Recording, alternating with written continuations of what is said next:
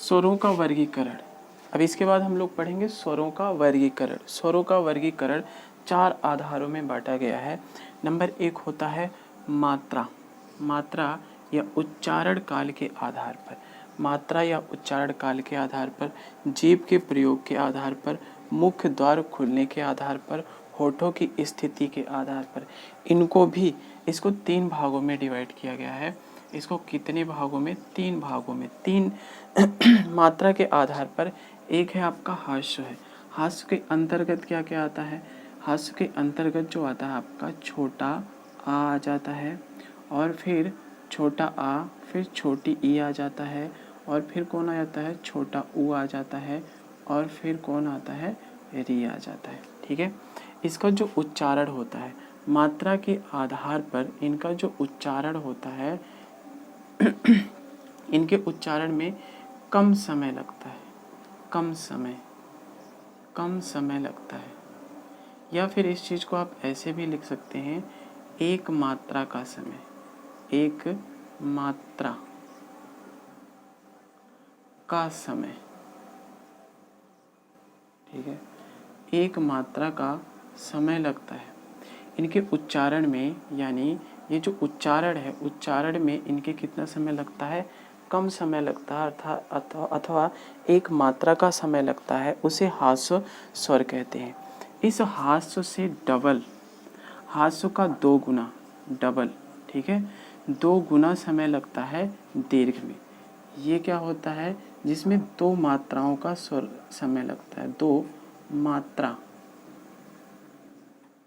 2 मात्राओं का समय लगता हो, समय लगता हो। ठीक है। ये चीज़ है उच्चारण। ठीक है। इसके आगे आप अगर नोट्स बनाइएगा तो उसमें आप लिख लीजिएगा, जिन स्वरों के उच्चारण में 2 मात्राओं का समय लगता है उसे हम क्या बोलते हैं? दीर्घ स्वर बोलते हैं। ठीक है। जैसे मान लेते हैं बड़ा आ गया आपका, बड़ा आ, बड़ी ई और बड़ा ऊ आ गया। ठीक है। ये तीनों हैं, और जिनके उच्चारण में हास्य से 3 गुने का समय लगता है।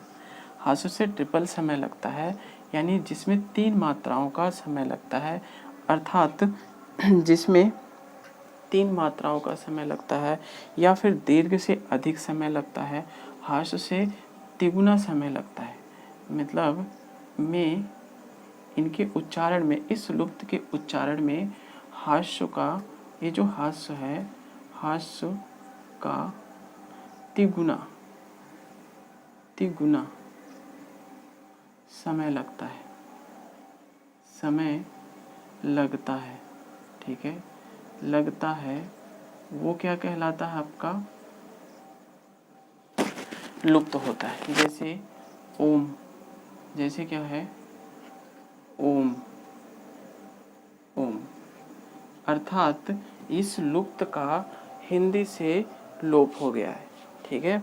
तो इस प्रकार से इसका हमें हिंदी में, हम लोग इसे हिंदी में ना के बराबर ही समझते हैं, ना के बराबर ही देखा जाता है। तो इस प्रकार से जो मात्रा उच्चारण काल के आधार पर स्वरों को बांटा गया है 3 भागों में। एक तो हास्य स्वर, ठीक है, दूसरा दीर्घ स्वर, तीसरा होता है लुप्त स्वर। जिनका उच्चारण, यानी जिनके उच्चारण में बहुत यानी कम समय लगता हो, अर्थात एक मात्रा का समय लगता हो, कम समय अर्थात एक मात्रा का समय लगता हो, उसे हम क्या कहते हैं? कम समय लगता हो, अतः एक मात्रा का समय लगता हो, उसे हम क्या कहते हैं? हास्य स्वर कहते हैं। जैसे छोटा आ, छोटी ई और छोटा ऊ आ गया। और फिर अगला है दीर्घ। जिन दीर्घ स्वर है, दीर्घ स्वर में क्या है? 2 मात्राओं का समय लगता है, यानी हास्य से 2 गुना समय लगता है, यानी हास्य का डबल, 2 गुना अर्थात 2 मात्राओं का समय लगता है, उसे दीर्घ स्वर कहते से बड़ा आ, बड़ी ई, बड़ा ऊ आ गया। लुप्त में हास्य का तिगुना समय लगता है, हास्य का ट्रिपल टाइम लगता है, यानी तिगुना समय लगता है। तो यानी इसका तिगुना समय लगता है, तो इसे हम क्या कहते हैं? लुप्त स्वर कहते हैं। जैसे आपका है ओम। ठीक है। ओम शब्द है और इसका हिंदी से लगभग लोप हो चुका है। अगला है जीव के प्रयोगों के आधार पर। जीव के प्रयोग के आधार पर इसको कितने वर्गों में बांटा गया है? जीव के प्रयोग के आधार पर इसको भी 3 भागों में बांटा गया है। इसको भी कितने भागों में बांटा गया है? 3 भाग। एक अग्रस्वर। अग्रस्वर होता है क्या? जिनका उच्चारण जीव के अगले भाग से होती है, ठीक है, जीव के अग्र भाग से होती है। इन जिनका उच्चारण, ठीक है, जिनका उच्चारण जो होता है कहाँ से होता है? जीव के अग्र भाग से, अग्र भाग से होता है, ठीक है, अग्र भाग से होता है। और जिनका उच्चारण जीव के कहाँ से होता है?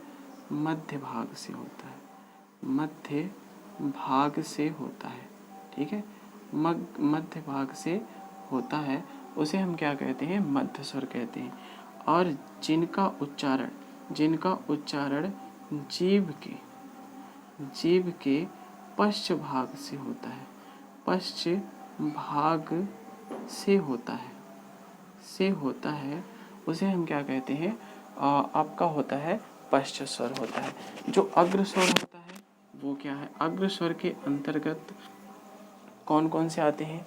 एक तो आपका आता है छोटी ई, दूसरा है बड़ी ई, और फिर ए आ गया आपका, और फिर आ गया ए आ गया। ये है अग्र स्वर, यानी जीभ के अगले हिस्से से बोले जाने वाले स्वर को अग्र स्वर कहते हैं, जो है छोटी, बड़ी, ए और ए होता है। मध्य के अंतर्गत कौन आता है? छोटा आ आता है, ठीक है, जिसका उच्चारण जीभ के मध्य भाग से होता है। और इसके अंतर्गत कौन आता है? इसके अंतर्गत जो आते हैं शेष बचे हुए, ठीक है, कितने हो गए? शेष बचे हुए, यानी आपका बड़ा आ बचा है, ठीक है, और फिर छोटा ओ, बड़ा ओ, और फिर ओ, और फिर कौन?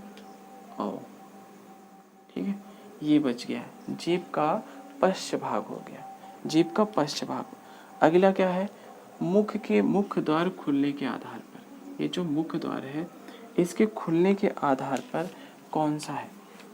इनका जो उच्चारण होता है, उच्चारण, ठीक है, इनका जो उच्चारण होता है इसके विपरीत के उच्चारण, जो विपरीत स्वर होते हैं, एक मुख द्वार के खुलने के आधार पर एक विपरीत स्वर है, अर्थ विपरीत स्वर है। इनकी संख्या कितनी हो गई? कितने भाग हो गए इनके? 4 भाग हो गए, ठीक है। विपरीत यानी ओपन। ओपन में क्या होता है? ओपन में जो हो गया आपका ये है जिनके उच्चारण के समय मुख द्वार पूरा खुल जाता, ओपन, इसलिए इंग्लिश वर्ड लिखा गया ताकि बातें आपको आसानी से समझ में आए। विपरीत का अर्थ क्या होता है? ओपन। ओपन का अर्थ होता है इसके उच्चारण में जो मुख द्वार होता है, मुख जो द्वार है पूरा खुल जाता है, पूरा क्या होता है? खुल जाता है, खुल जाता है, ठीक है। इसके अंतर्गत कौन कौन आते हैं? सिर्फ एक आता है, बड़ा आ आता है, ठीक है। इसके अंतर्गत कौन आता है? बड़ा आ आता है, जिसके उच्चारण में, यानी जिनको उच्चरित करने में मुख द्वार आधा खुलता है, मुख द्वार आधा क्या होता है? खुलता है। जैसे कौन कौन से हो गए? एक तो आपका हो गया छोटा आ, एक आपका हो गया ए हो गया, अगला हो गया ओ हो गया। ये 3 ऐसे वर्ड हैं जिनके उच्चारण के समय जो हमारा मुख द्वार होता है वो आधा खुलता है। अब अगला आ गया समृद्ध। मुख द्वार, इनके उच्चारण में जो मुख द्वार होता है, मुख द्वार पूरा बंद हो जाता है, पूरा बंद हो जाता है। ठीक है, इनके उच्चारण में हमारा जो मुख का द्वार होता है पूरी तरह बंद हो जाता है। इसके अंतर्गत कौन कौन से आते हैं? छोटी ई आता है, फिर बड़ी ई आता है, फिर छोटा ऊ आता है और फिर बड़ा ऊ आता है। ठीक है, ये आते हैं, ये आते हैं। छोटी ई, बड़ी, छोटा ऊ, बड़ा ऊ आ गया। और फिर इसके अंतर्गत यानी इसके उच्चारण में जो मुख्य द्वार होता है, मुख्य द्वार, जिनके उच्चारण में मुख्य द्वार जो होता है वह आधा बंद होता है। मुख्य द्वार आधा बंद होता है। आधा क्या होता है? बंद होता है, बंद होता है। ठीक है, इनके उच्चारण में मुख्य द्वार आधा बंद होता है। जैसे कौन कौन से हो गए? ठीक है, इसके अंतर्गत कौन कौन से आते हैं? इसके अंतर्गत नंबर 1 है आपका, इसके अंतर्गत जो आते हैं वो क्या क्या है? एक तो आपका है ए आता है, दूसरा आता है ओ आता है। ठीक है, ए आता है और फिर कौन आता है? ओ आता है। ए और ओ आता है। ठीक है, इसके अंतर्गत ए और ओ आते हैं। अब फिर अगला है आपका, ये वाला हिस्सा है आवृत्तमुखी। आवृत्तमुखी किसके आधार पर? होठ के आधार पर। यहाँ पर है होठ की स्थिति के आधार पर। ये 2 प्रकार के होते हैं, इनको 2 भागों में डिवाइड किया गया है। नंबर 1 होता आवृत्तमुखी, दूसरा होता है विपरीतमुखी। आवृत्तमुखी के अंतर्गत क्या होता है? जो आपका आवृत्तमुखी है जिसके उच्चारण में होठ गोलाकार नहीं होते हैं, जिनके उच्चारण में ये जो होठ होते हैं वो क्या होते हैं? गोलाकार। उच्चारण में होठ गोलाकार नहीं होते। जैसे आपका आ गया, इसके अंतर्गत कौन आता है?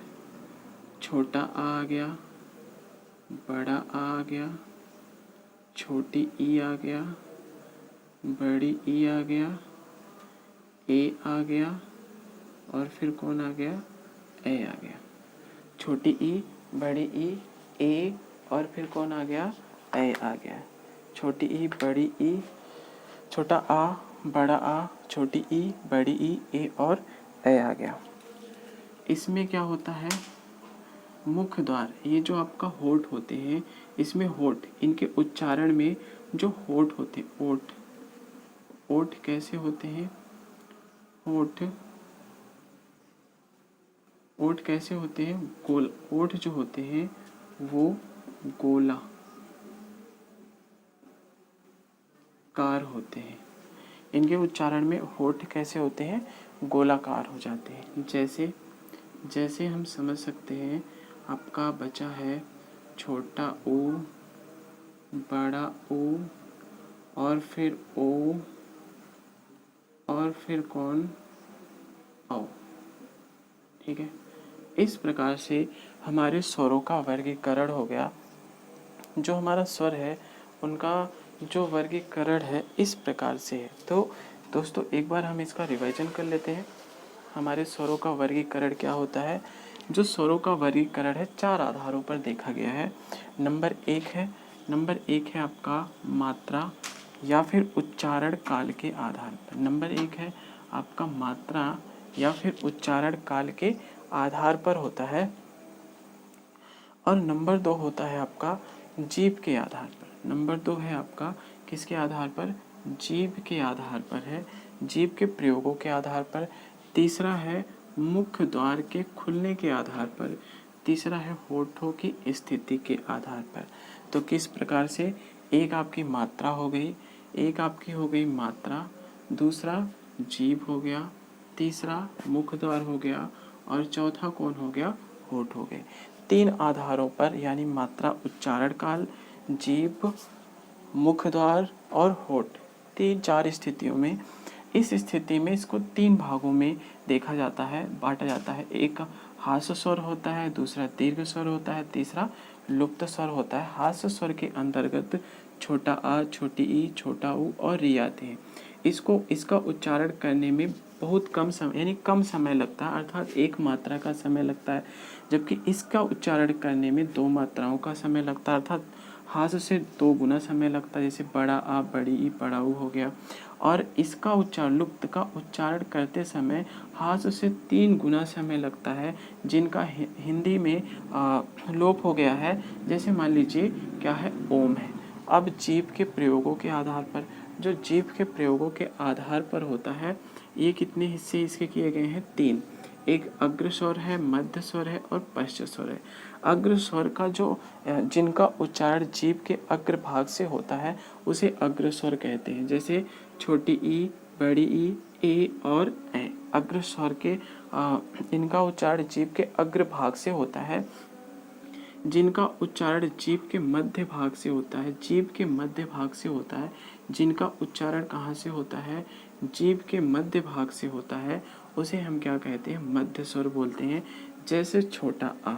और फिर जिनका उच्चारण जीभ के पश्च भाग से होता है, उसे हम क्या कहते हैं, पश्च स्वर बोलते हैं। जैसे बड़ा आ, छोटा ऊ, बड़ा ऊ, ओ और औ हो गया।